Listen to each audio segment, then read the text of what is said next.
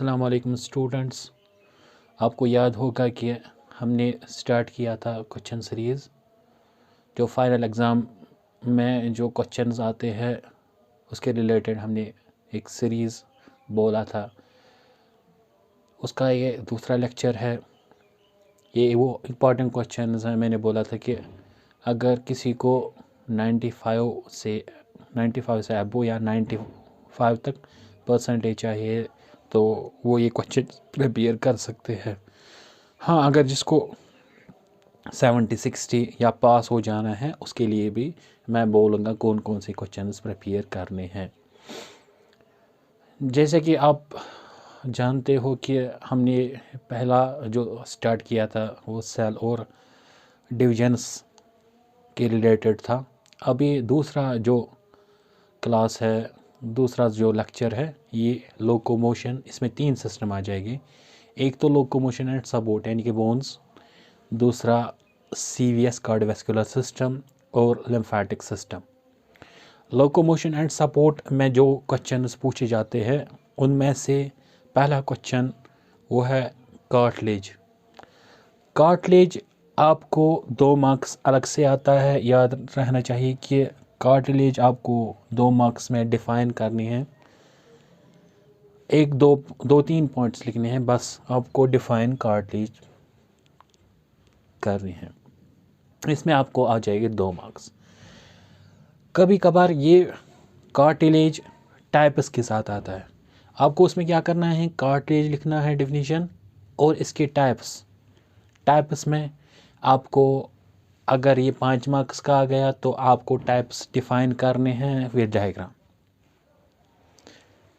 याद रहे, अगर कार्टिलेज आ गया ओनली डेफिनेशन 2 मार्क्स लिखना है, डेफिनेशन ओनली लिखनी है। अगर ये आ गया types, cartilage with its types, आपको अगर 5 मार्क्स से आ गया तो आपको डिफाइन करने और डिस्क्राइब भी करने हैं इसके टाइप्स और विथ एग्जांपल्स। अगर ये आ गया 10 मार्क्स का क्वेश्चन, आपको लिखने हैं उसमें कार्टिलेज, डिफिनीशन, टाइप्स डिस्क्राइब करने हैं और एग्जांपल्स भी बोलने हैं। उसके साथ साथ इनको डायग्राम भी बनानी है।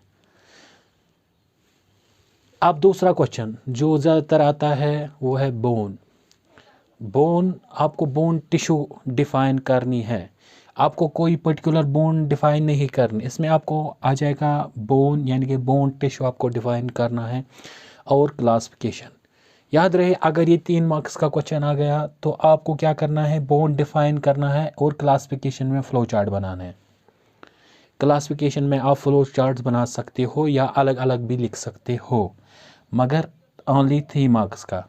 अगर आपका आ गया 5 मार्क्स क्वेश्चन तो आपको क्या करना है, बोन डिफाइन करनी है, क्लासिफिकेशन, जो भी क्लासिफिकेशन है इसकी, irregular bone, short bone, long bone या कम्पैक्ट बोन, स्पॉन्जी बोन, वो आपको अलग से डिफाइन करनी है और उनको अलग अलग पॉइंट्स लिखने हैं और डायग्राम साथ में बनानी है। हाँ, अगर अब आ गया ये 3 मार्क्स का, आपको बोन डिफाइन करनी और क्लासिफिकेशन आप में फ्लो चार्ट बना सकते हो। इसमें आपका आ गया 3 मार्क्स आ जाएंगे। हाँ, अगर आ जाएगा ये 5 मार्क्स, फिर को आपने बोला है क्लासिफिकेशन आपको डिफाइन करनी ही करनी है। क्वेश्चन नंबर 3 या क्वेश्चन नंबर 3।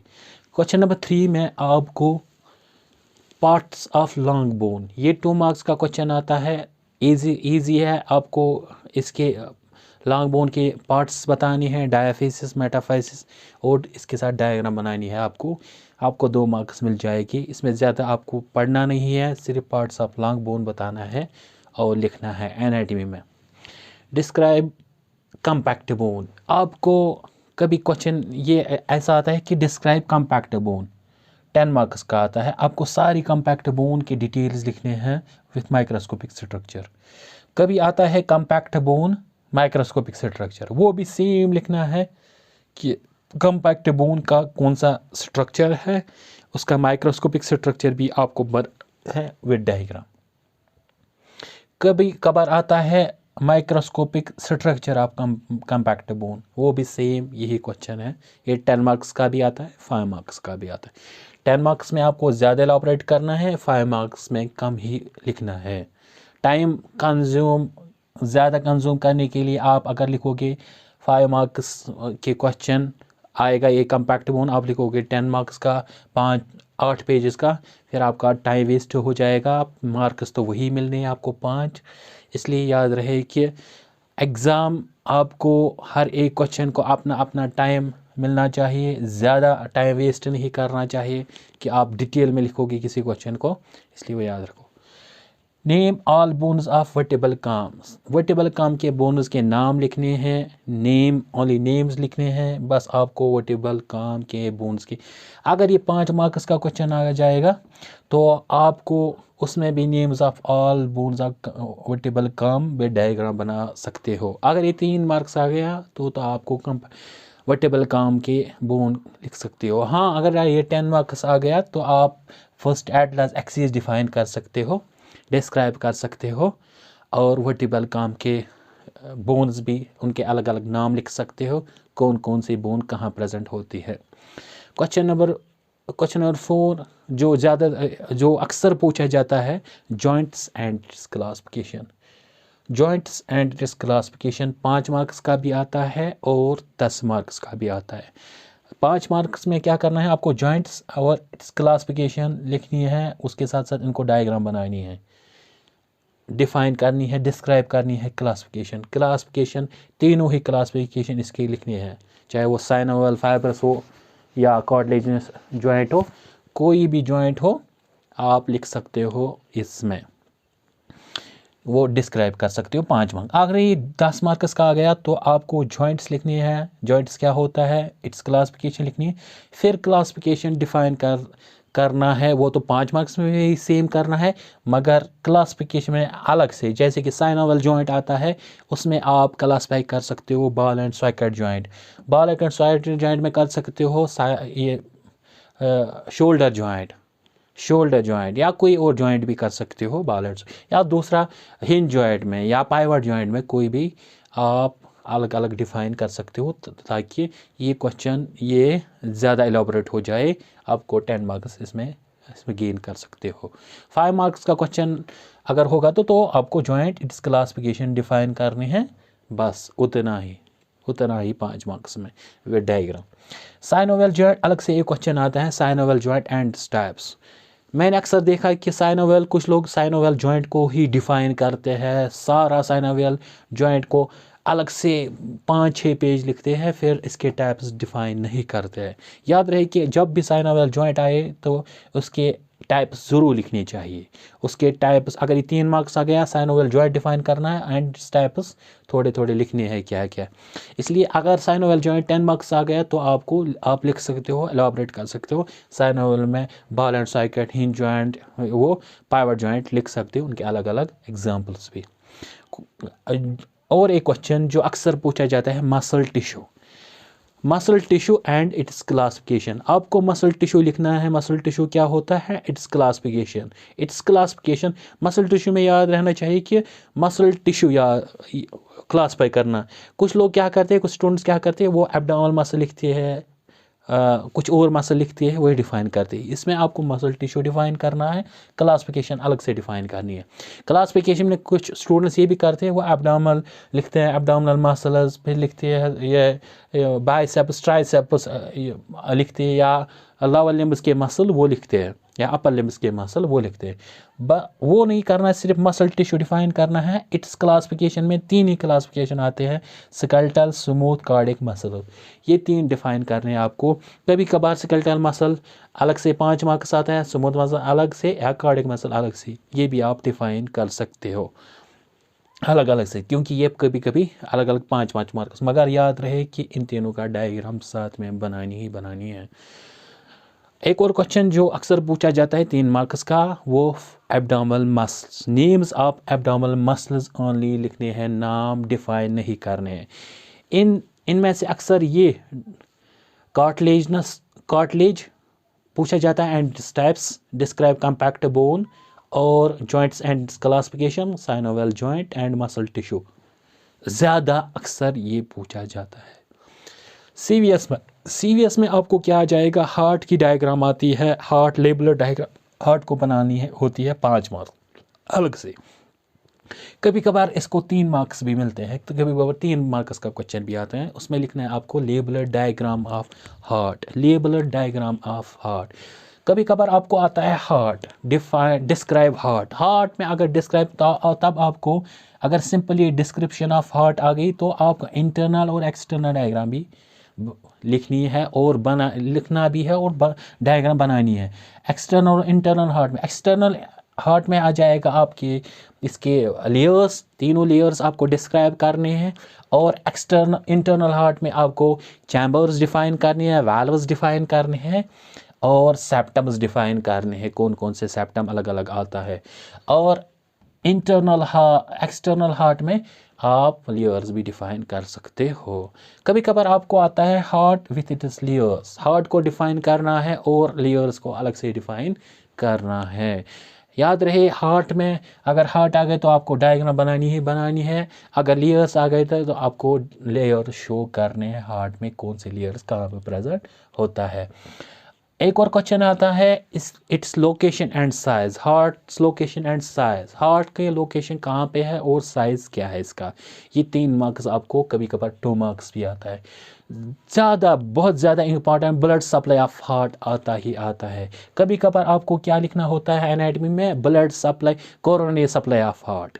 कभी कभार आता है कोरोनरी सप्लाई ऑफ, आपको क्या करनी है, अगर मेंशन नेम लिखा होगा ब्लड वेजल्स या coronary circulation name is vessels only, तब आपको right and left coronary arteries लिखनी है, right and left coronary arteries लिखनी है। अगर आपको या ब्लड सप्लाई ऑफ हार्ट, तब आपको डिफाइन करना है right and left coronary artery कहाँ कहाँ सप्लाई करती है, आप कर सकते हो इजीली। अगर names of blood supply of the heart वो भी लिख सकते हो, name the arteries that supply the blood of heart वो भी लिख सकते हो राइट एंड लेफ्ट कोरोनरी में। और उसके अलग अलग ब्रांचेस भी अलग अलग।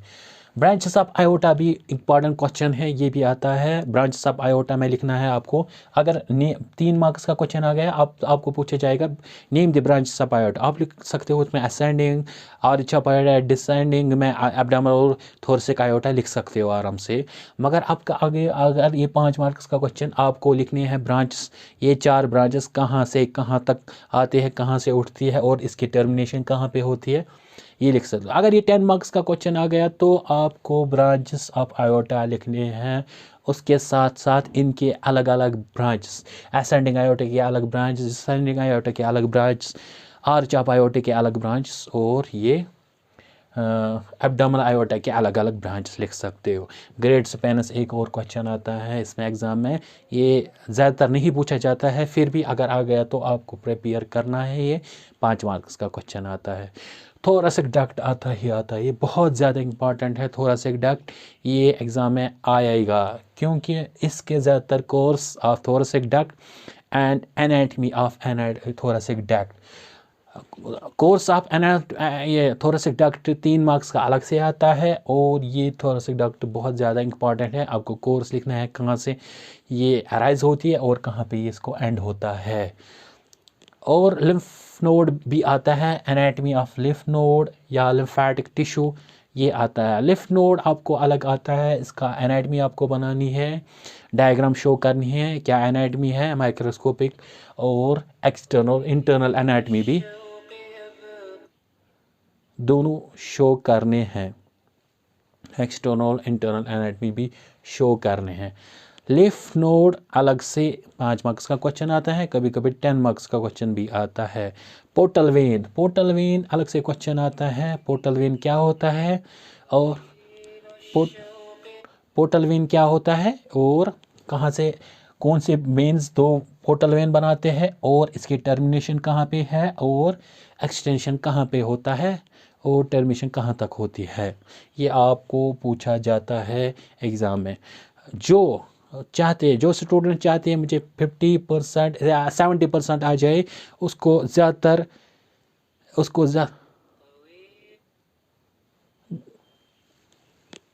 जो स्टूडेंट चाहते हैं हमें एग्ज़ाम में 50% आ जाए, 50-70% आ जाए, उनको कार्टिलेज ज़्यादातर ज़्यादातर याद करना है, कार्टिलेजिनस आपको बोलना नहीं है, कार्टिलेजिनस को नज़र देनी है, इसको याद रखना है।